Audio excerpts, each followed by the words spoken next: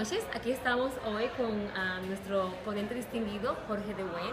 Mi nombre es Charo Welly y voy a entrevistarlo para nuestra pequeña sección que hay de nuevo de la División Español de la Asociación de Traductores de los Estados Unidos, ATA. Jorge, muchísimas gracias Gracias a ti. por concederme la entrevista. Encantado. Y bueno, es un placer realmente y un honor tenerte como nuestro ponente invitado. Y tengo 5 preguntas breves. Número 1, ¿por qué la ortotipografía o la tipografía? ¿Por qué me interesa? ¿Por qué te dedicaste a esto? Yo creo que por inseguridad, como muchos. Porque cuando no te sientes seguro con algo tienes que investigar, aprender, estudiarlo al máximo para poder sentirte competente. Y el tema de la ortotipografía es así. Es lo más parecido quizás a las matemáticas en el idioma, y el poder dominarlo o tratar de dominarlo te hace sentir un poco más seguro.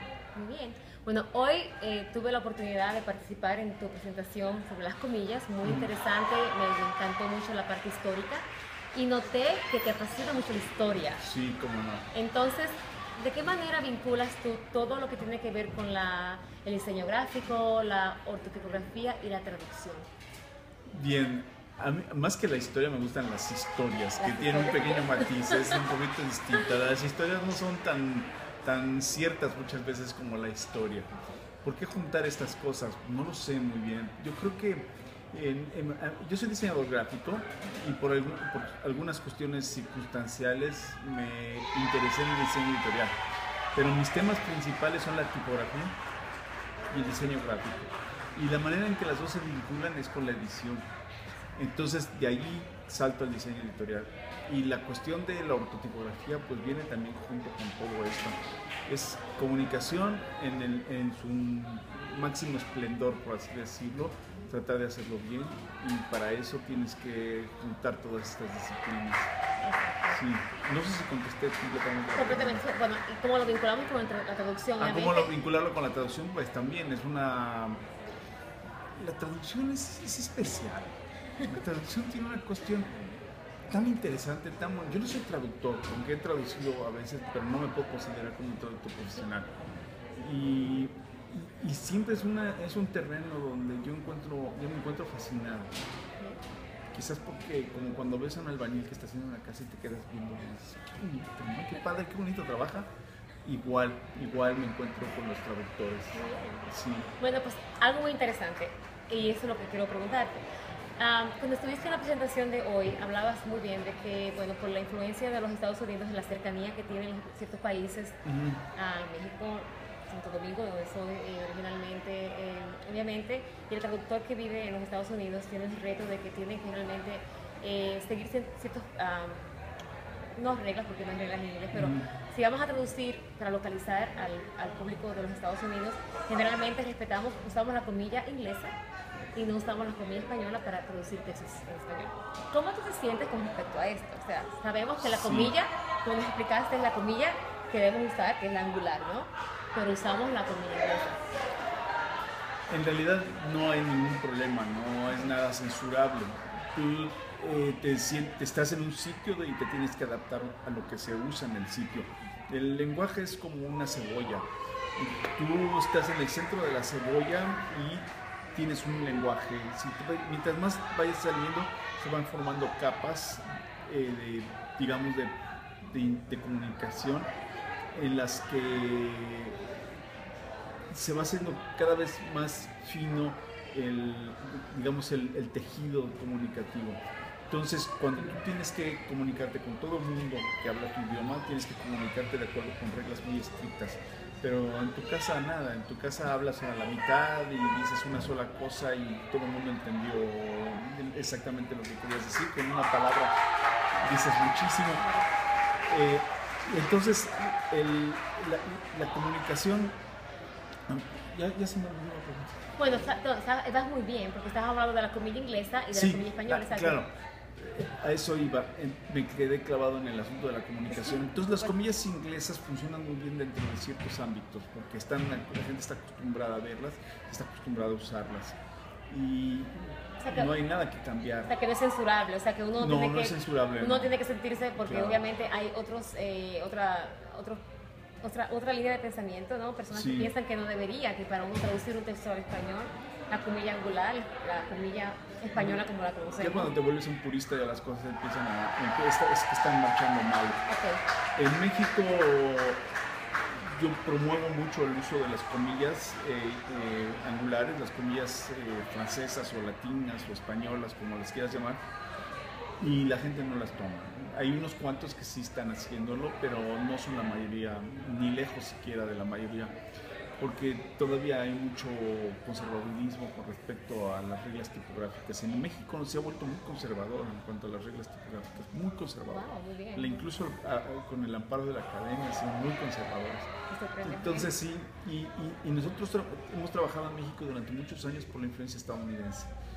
Compramos los tipos aquí en Estados Unidos, los importamos de Estados Unidos y entonces vienen con los surtidos para escribir en inglés, claro, con algunos signos para escribir también en español, pero las comillas, por ejemplo, vienen comillas inglesas en vez de comillas francesas o latinas. Entonces, durante muchos años he escrito con esas comillas y cuando tratas de usar las otras comillas, la gente te ve como si fueras extranjero o si estuvieras españolizando el país o cualquier cosa. Entonces, yo me tengo que adaptar a todos ese tipo de circunstancias. Y en Estados Unidos lo que sucede es que cuando los tipógrafos, que son estetistas, que son gente que se preocupa por la estética editorial, no solamente por la comunicación, ven funcionando las comillas latinas y les gusta mucho. Les gusta mucho, entonces es una cuestión simplemente estética.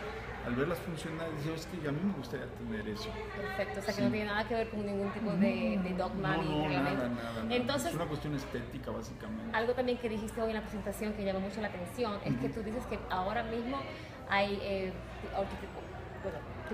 tipógrafos que están viendo usar la comilla angular en los Estados Unidos. Sí. ¿Crees que eso va a llegar a suceder alguna vez? Claro, sí, claro, tiene que ser. Y de hecho no sé exactamente estas comillas, porque los signos van evolucionando, especialmente este tipo de signos que no son las letras. Las letras se mueven muy poquitito y se mueven muy lentamente, pero todos los signos auxiliares van teniendo ciertas modificaciones a lo largo de los años. Entonces quizás de aquí a 50 o 60 años en Estados Unidos estén usando, o en todo el mundo inglés estén usando las comillas angulares. Wow. Yo lo creo, Muy bien. porque lo ven y dicen, oye, también me gusta eso. Incluso habría algunos cambios tipográficos.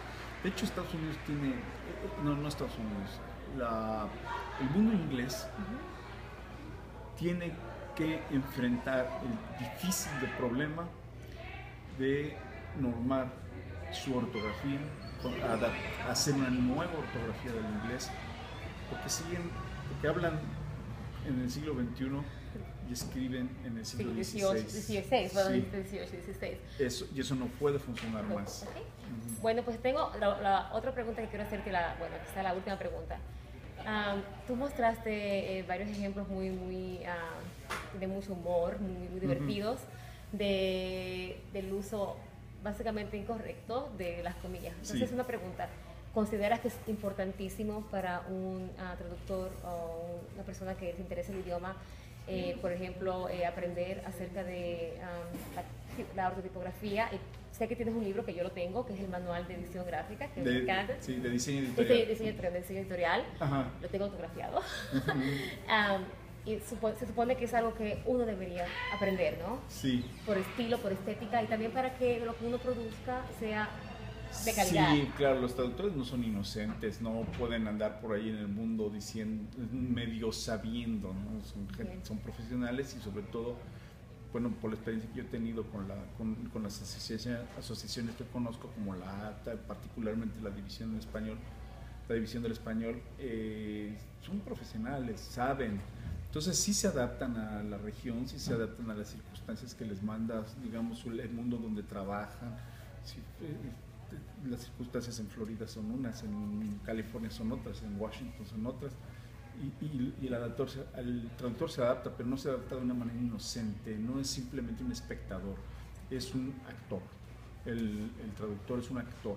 Entonces sí creo, en lo personal, que tiene responsabilidad de tratar de encontrar las reglas que mejor se aplican al mundo donde trabaja, y en este caso